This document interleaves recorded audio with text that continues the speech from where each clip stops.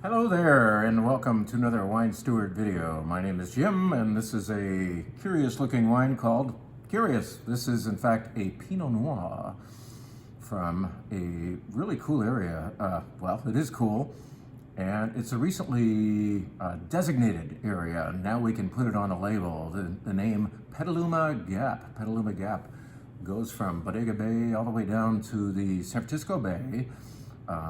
If you can imagine a swath of land that abuts Carneros and also encompasses part of the larger Sonoma Coast appellation, but basically by the name you can tell that because of a gap in the hills, the local waters have their effect on the area. In other words, wind and a bit of a chill. You know what that does? You know what a cooler temperature does? If the day is nice and warm and then all of a sudden the ocean makes itself felt in the late afternoon and evening, that is what keeps the acidity in a grape. And acid is just as important as sugar when you are making the decision to make good wine and the decision of when to pick. And you want to catch it right when the grapes are ripe enough and have enough sugar to convert into the right amount of alcohol, but you also want those grapes to have retained acidity, so you have an element of refreshment. Refreshment, aka acidity, in your wine makes you want to keep drinking it, which is good for business. Instead of you're kind of like having one sip and you're done, kind of an effect. So this is a white, no, it's not, it's a Pinot Noir, it's a red wine grown in the Petaluma Gap called Curious, and it prices for under $30, which is a very nice price for Petaluma Gap Pinot Noir, by the way. This is where some very fancy vineyard names happen, including Gap's Crown, Sunchase Vineyard, and so on. Wind Gap is another. You've got some really high rent Pinot Noir happening in this area, and this fortunately lets you access that area that's fantastic for Pinot Noir. I believe it's planted 75% to that grape. It's so good for Pinot. But you get to access one that is under $30. I think we're at $26.99 here, and that's before your wine club discount for a rather colorful label and a very delicious wine called Curious. Now, I'm putting this in front of you not just because the wine is good, but because of the time of the year and how I'm asking my staff to start thinking about red wine temperature. Now, in the middle of the winter, we're happy with letting our open bottles of, with a cork sticking out of them, of course, on the wine bar, just hang out on the wine bar. But this is about when I'm asking them to put it in the cellar temperature fridge over there and keep the wine a little bit cooler. You're coming in warmer because the sun's out, maybe we're 80 or 90 degrees out there, and you appreciate a cooler glass of wine. Well, any time of the year, this Pinot Noir will appreciate being cooler. I can attest to having had it at room temperature and saying, yes, it's very nice, but then cooling it down and saying, as I'll say right now, the fruit is popping. Fruit and baking spice, maybe an element of tea. There's something Asian in here, some kind of Asian spice too. Like, I don't know, it's mysteriously beautiful, along with all that beautiful berry and cherry fruit, maybe even grilled strawberries, if you can grill a strawberry. I don't know, how do you keep them from sticking, but that's grilled strawberries, how about that? Really beautiful. Curious Pinot Noir from the Petaluma Gap is here now, and we suggest that you serve it at cellar temperature. If you have a wine cooler at home, you're probably running it at, 58 degrees, 55, 58. That's a great temperature to start with this. You might want to bring it up a little bit, like, if it's too cold for you, just get your hands around it, but enjoy this Pinot a little cooler, will you? And maybe all of your reds as the weather is warming up. Get in on this beautifully labeled. I think it's beautiful. I mean, it's pretty chaotic, but I think it's cool. Curious Pinot Noir from the Petaluma Gap, affordable for virtually every budget out there, okay? Now, I want to remind everybody that we have an event coming up next week, next Tuesday night, and it's not happening here at the Wine Steward. It's happening down at Sidetrack Bar and Grill. It involves not just 2, but 3 businesses. Todd's Sidetrack Bar and Grill will be obviously involved as the venue and the provider of lots of delicious eats that you will be able to enjoy on your feet. There'll be small bites, but you can have all you'd like of them.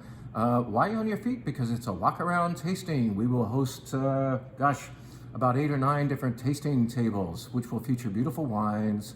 And you know what we get to do down there? We get to show you remind you finally in liquid form that we sell spirits. So in fact, this one will be shown. We talk about it a lot, but we cannot pour for you Stone Street Bourbon up here at the wine bar. We're downstairs. Yep, we're working though on a little tasting area downstairs so that we can show little samples of spirits. But in the meantime, you can enjoy this next Tuesday evening down at Sidetrack Bar and Grill, along with other spirits and a lot of really beautiful wines. And I did say there were 3 partners involved. The third is Primrose Bakery, a longtime provider of delicious sweet things here in downtown Pleasanton. And they will be providing some sweet things, of course, to enjoy as you're finishing up your wine. But just anticipate a delicious night going from 6:30 to 8:30. Go to thewinesteward.com to sign up for this. Many of you already have, and we hope to have more signups. We want to get to about 80 to 90 people for this, and I think we'll get there. This is going to be fun. It's only, I think, $55 per person in order to walk around, enjoy great wine, a few spirits, and obviously the delicious eats of Sidetrack Bar and Grill and Primrose Bakery. So we hope you will participate in that. TheWineStore.com is your place to go to sign up. Now, I don't know how well this is going to show up. I really wanted to bring a whole wheel of Manchego up here to show you, but unfortunately it's coming in about like 10 minutes as soon as this video is done. So we're going to load up on Manchego cheese and call it the cheese of the month. Jill has thus ordained Manchego cheese as the cheese of the month. Now, I mean, we have other cheeses down there that are less known, and we, at the Wine Steward, could be called the Wine and Cheese Steward, couldn't we?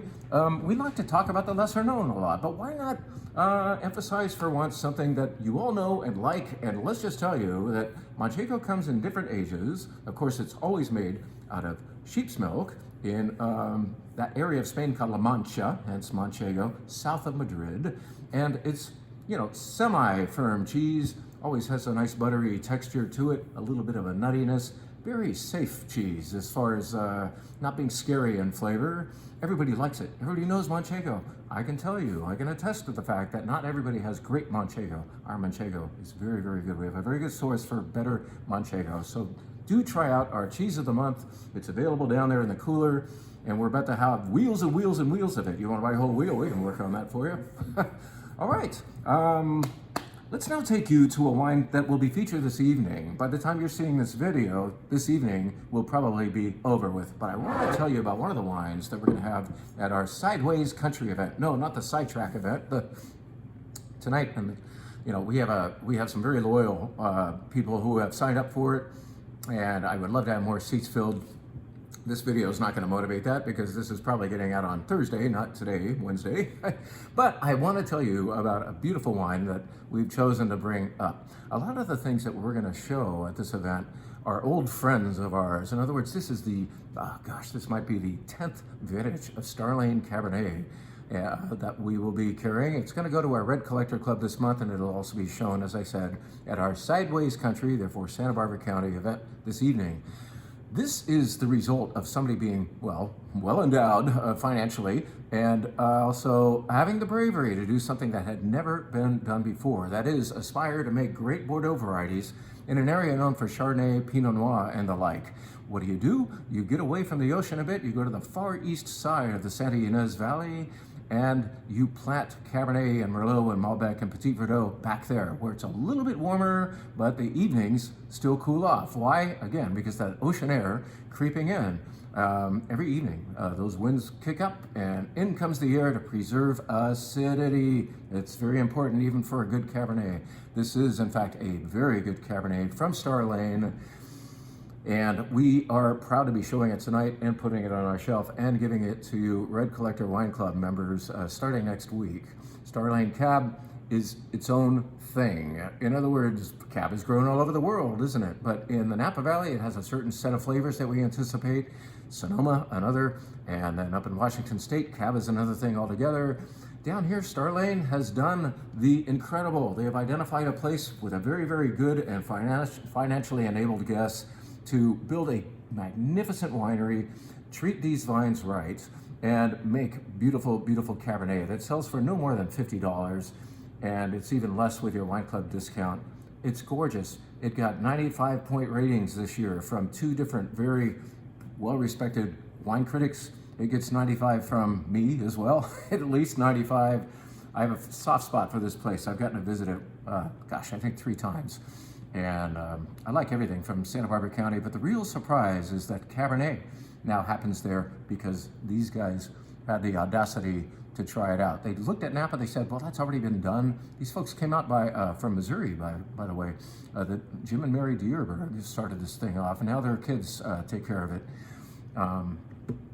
Anyway, I can't say enough about how nicely balanced this wine is, how if you're a lover of difference, you will taste a difference between this and the typical Napa Valley Cabernet. Great ratings again, 95 points and so on. Pretty cool wine from Sideways Country. How about that? Let's speak quickly to a few of the wines that we're putting up on our wine bar menu this week. In fact, we already have. The wine bar menu is written, published, and let's talk about a couple of the whites that we're doing in the white flight from all over the place as usual. We're jumping around with whites. This one comes from Rías Baixas, Spain. If you're a wine student, then you know that Rías Baixas, Spain, within the state or province, whatever they call it over there, of Galicia, right on the coast there, you've got, well, a lot of shellfish farms, and then you head for the beach and up onto the rocky vineyards, and they're often adjacent to the actual seashore. You would anticipate having an Albarino, and you would be partially right when you're witnessing this Terras Gauda here, but this is not just Albarino for once. This is Albarino plus Caña Blanco and a little bit of Lorero. And so if you're used to Albarino and it's very precise and lean, almost zingy qualities, palate feel is very refreshing. This is also refreshing, but it's just a little bit more enriched. By oak? No.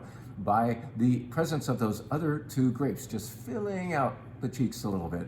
This is a very delicious wine called Terras Gauda. I highly recommend you try this new arrival. We've carried it before, but the new vintage is here. This is tryable up at the wine bar. You can also buy it off the shelf down there in the Spanish wine section. A very nice white wine to enjoy, especially when the weather is warming up.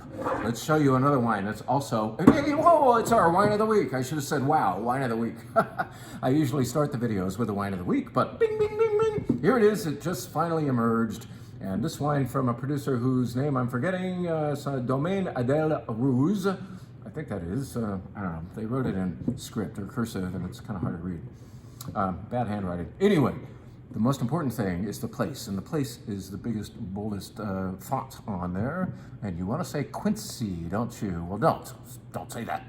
We're heading up the Loire River, gosh, about 300 miles inland from the Atlantic Ocean, and we're very near the area of Sancerre. In fact, we're just a little bit west and south of the more famous place called Sancerre to go here, not to Quincy, but to Quincy. Quincy. Quincy is how you pronounce this wine. So the wine of the week is also a lesson on pronunciation of a very important Sauvignon Blanc. Sancerre-like wine that doesn't cost as much as Sancerre. It's at least $5 less than all of our Sancerres down there. And it's very much like Sancerre, very refreshing, very stony, minerally, delicious white wine from, come on, what are you gonna say? Can't see. I can see, all right, boom.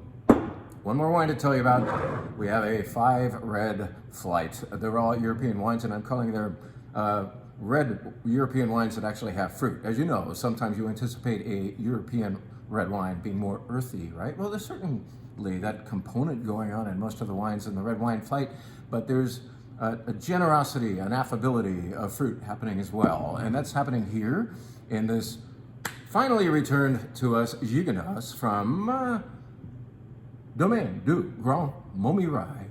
Grand means, of course, great or big, or but Montmirail refers to the rock formation that rises up behind Gigondas. It's kind of like the theatrical backdrop, the set for the cute little village of Gigondas and its surrounding vineyards. This is Grenache Syrah Mourvèdre, as you Rhone lovers would anticipate. This was always the best-selling wine at all of our Charles Neal import tastings. And I said was because Charles Neal has sold his book to one of his reps, and now it's imported by Avenel. But this is a person who's familiar to us. A set of wines is now in good hands in the form of JJ, and JJ is now bringing over this wine that Charles Neal used to show It's just as good. It's the same maker. It's the same place. It's very delicious. Grenache Syrah Mourvèdre from a fantastic vintage called 2022. I can throw darts at 2022 Rhone Reds and hit something good every time. But we know for sure, because we've had this before in virtually every vintage that we've been around, we know that this is going to be delicious every year, and even more so from 2022. Domaine du Grand Montmirail is now here. It's on our wine bar flight. It's available to purchase downstairs to take out the door, and we hope you'll check it out. Beautiful Rhone Red. Thanks so much for listening. Don't forget that we have that Sidetrack event coming up next week, where Stone Street Bourbon will be one of the highlights, including other fantastic spirits and great wines, the snacks of Sidetrack Bar and Grill, and the sweet little things of Primrose Bakery. And don't forget to give your curious Pinot Noir a very slight chill, will you? If you don't have one of those wine coolers at home, take this home, put it in the fridge for, say, a half an hour, and then it should be just about right. And don't forget, of course, to use a good glass. This New World Pinot Noir glass is our favorite one for a great wine like this. Thanks so much for watching. Have a great one.